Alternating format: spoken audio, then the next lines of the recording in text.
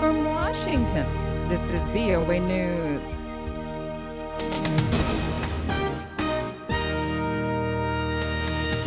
I'm Frances Alonzo reporting. Tensions in Burundi prior to balloting. At least 2 people died in overnight violence in Burundi's capital, Bujumbura. Witnesses reported today as tensions rise in the lead up to contested elections. Voters in Burundi go to polls on Monday. VOA's William Eagle reports. The legislative elections will take place despite efforts to delay them. The European Union, African Union, East African Community, and the United Nations Secretary General have asked that they be postponed until the opposition and the government can agree on how to ensure the elections will be transparent and inclusive. Over the past week, grenade attacks shook several towns, killing 4 and injuring dozens. One of the country's 2 vice presidents and 2 members of the Electoral Commission have fled. Observers say in this environment, the ruling CNDD-FDD and allied smaller parties are guaranteed a substantial win. I'm William Eagle in Washington. The Greek parliament voted today in favor of the request from Prime Minister Alexis Tsipras' government for a referendum on the terms of an international bailout deal that will soon expire. Greeks will vote in the referendum July 5th. Mr. Tsipras said the people must decide free of any blackmail.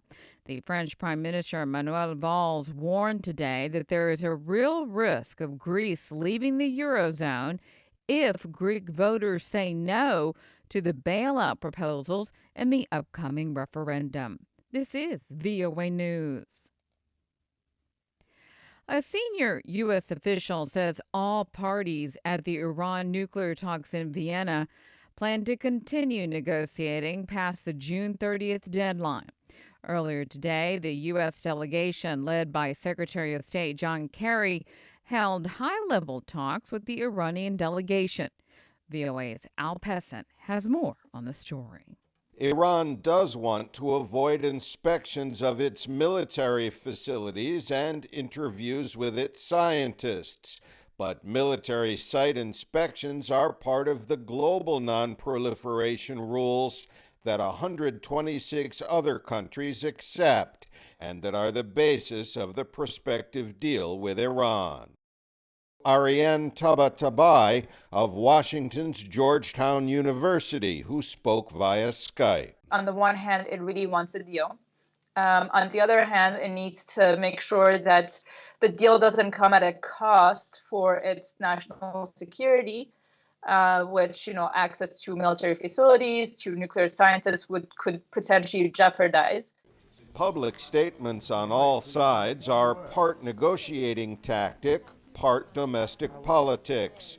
But in the coming days, rhetoric will give way to political reality inside the negotiating rooms. Al Pessin, VOA News, London. Kuwait said today it has identified a Saudi citizen as a suicide bomber that attacked a crowded Shiite mosque, killing at least 26 people and wounding many others. The Interior Ministry said Fad Suleiman Abdulmohsen Al-Qabaz is responsible for Friday's assault on the mosque during the holy month of Ramadan. The incident in Kuwait was one of 3 terrorist attacks Friday on 3 continents. The Tunisian prime minister scrambled Saturday to boost security as thousands of foreign tourists fled the country following the terrorist attack at a seaside resort. More than 500 people were injured, nearly 200 seriously, in a fire at a water park outside Taiwan's capital of Taipei. The fire accidentally erupted when colored theatrical powder ignited as it was thrown from a stage onto a crowd of 1,000 young people dancing and enjoying music. Dazed victims were carried from the Formosa water park on inflatable rubber rings. According to Taiwan's central news agency, the blaze was quickly brought under control. The cause is under investigation. Gay couples have been celebrating the U.S. Supreme Court's ruling legalizing same-sex marriage with spontaneous weddings and gatherings across the United States, while some conservative politicians and religious groups are demanding stronger legal protections for those wishing to avoid endorsing those unions. Marriage licenses were issued to same-sex couples minutes after the ruling in at least 8 states in the South and Midwest where gay marriage was previously banned. I'm Frances Alonzo. That's the latest world news from VOA.